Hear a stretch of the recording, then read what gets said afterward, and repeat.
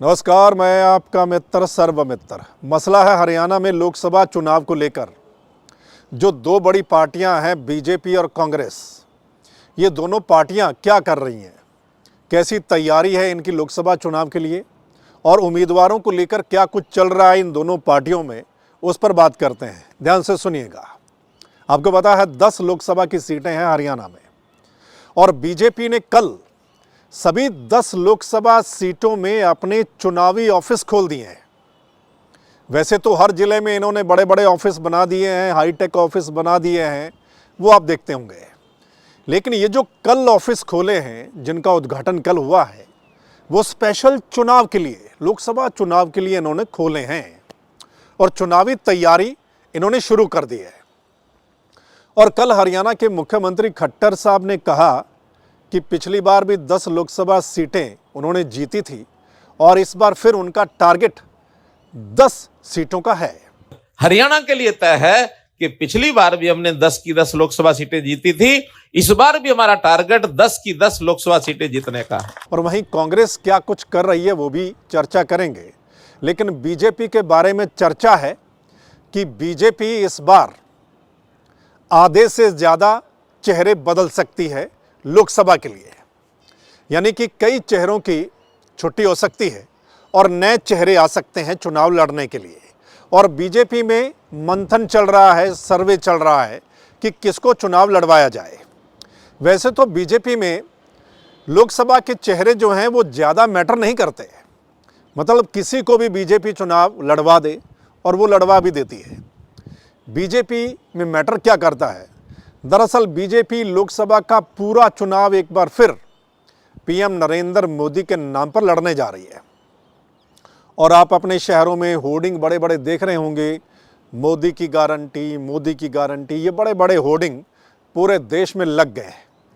तो मैसेज साफ है बीजेपी की ओर से कि ये जो अगला लोकसभा का चुनाव है मोदी के नाम पर लड़ा जा रहा है, मोदी की गारंटी के नाम पर लड़ा जा रहा है।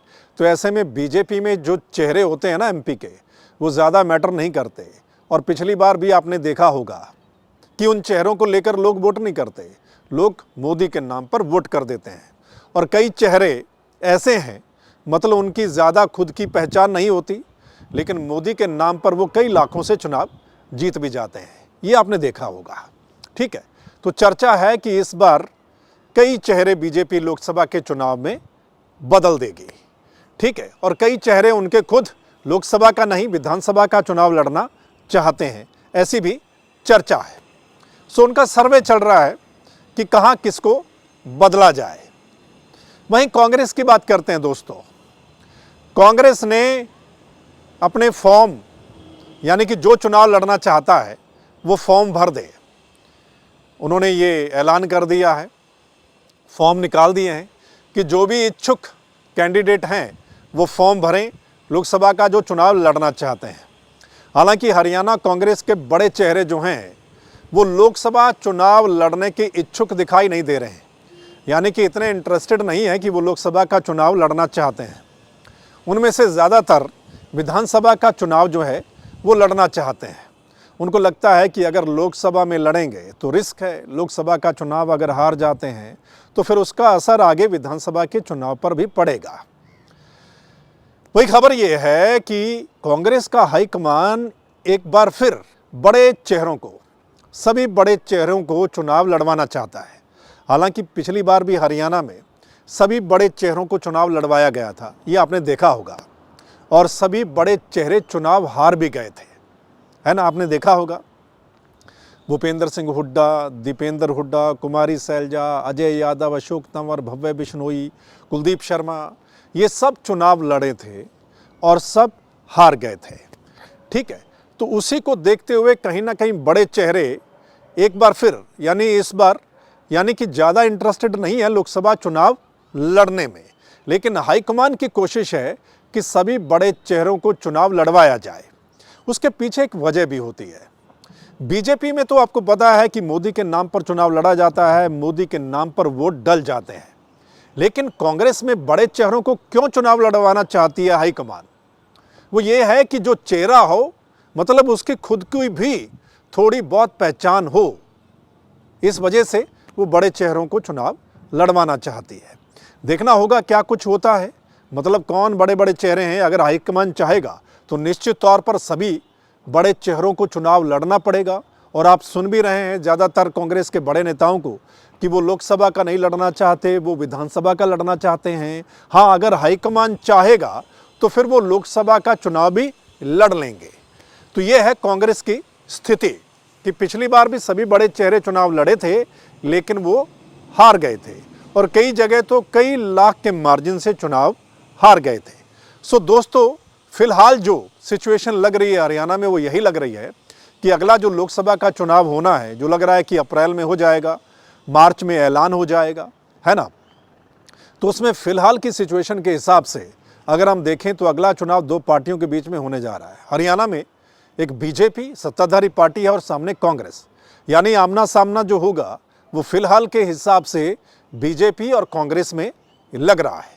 तो उसमें कौन से चेहरे सामने आएंगे, कहां से कौन आएगा, वो देखना बाकी है। जैसा हमने आपको पहले बताया कि बीजेपी कई चेहरे बदल सकती है, यानी उम्मीदवार बदल सकती है। उसी पे बात करते हैं। अंबाला लोकसभा सीट की बात करें तो रिजर्व सीट है। पहले रतनलाल कटारिया वहां से सांसद थे, उनकी डेथ हो गई, सीट फिलहाल खाली है। तो सुनने में आ रहा है कि उनकी जो पत्नी है बंतु कटारिया, वो भी इंटरेस्टेड हैं, वो भी उम्मीदवार की रेस में हैं। एक सुदेश कटारिया और हैं, और एक नए जो बीजेपी में कुछ दिन पहले ही शामिल हुए अशोक तंवर, इनके बारे में सर्वे चल रहा है कि किसको मैदान में उतारा जाए। कुरुक्षेत्र लोकसभा आपको पता है, नायब सैनी फिलहाल वहां से सांसद हैं, लेकिन उनको प्रदेश अध्यक्ष बना दिया गया था। तो वहां से भी चर्चा है कि बीजेपी इस बार नया उम्मीदवार वहां से देगी। करनाल लोकसभा की बात करें तो वहां से चर्चा है कि जो संजय भाटिया जो मौजूदा सांसद हैं, वो खुद लोकसभा का चुनाव नहीं लड़ना चाहते, वो विधानसभा का चुनाव लड़ना चाहते हैं। तो वहां से भी इस बार बीजेपी नया चेहरा दे सकती है। इसी तरह सोनीपत से भी चर्चा है कि सोनीपत का चेहरा भी बीजेपी बदल सकती है। वहीं रोहतक वाला जो चेहरा है उसको कहीं और शिफ्ट किया जा सकता है। ऐसी चर्चा है कि जो अरविंद शर्मा है उनको कहीं और से चुनाव लड़वाया जा सकता है, तो वहाँ एक नया चेहरा आ सकता है। और गुरुग्राम के बारे में भी चर्चा है कि वहाँ से भी चेहरा बदल सकता है। राव इंद्रजीत सिंह की जगह उनकी बेटी को भी चुनाव लड़वाया जा सकता है। भिवानी महेंद्रगढ़ सीट के बारे में भी चर्चा है कि वहाँ पर भी बीजेपी अपना चेहरा बदल सकती है। और हिसार लोकसभा के बारे में भी चर्चा है कि वहाँ से भी बीजेपी अपना चेहरा बदल सकती है। इसी तरह सिरसा लोकसभा सीट पर भी चर्चा है कि वहाँ पर भी 2-3 नामों को लेकर सर्वे करवाया जा रहा है कि किस उम्मीदवार को वहाँ से उतारा जाए। तो कुल मिलाकर ये बीजेपी की सिचुएशन नजर आ रही है। वहीं कांग्रेस की बात करें तो कांग्रेस में कुछ पुराने खिलाड़ी, बड़े खिलाड़ी भी मैदान में उतर सकते हैं, यानी कि उनको उतारा जा सकता है। और कुछ नए चेहरे भी आपको चुनावी मैदान में इस बार दिखाई दे सकते हैं। और फिलहाल कांग्रेस का भी एक सर्वे चल रहा है कि किसको उम्मीदवार बनाया जाए। चलिए, क्या कुछ होता है आगे ये तो खैर वक्त बताएगा, लेकिन सभी पार्टियों ने अपनी तैयारी शुरू कर दी है। और थोड़े दिनों में ये भी बात साफ हो जाएगी कि बीजेपी जेजेपी मिलकर लोकसभा का चुनाव लड़ रहे हैं या फिर बीजेपी खुद के 10 उम्मीदवार उतार रही है।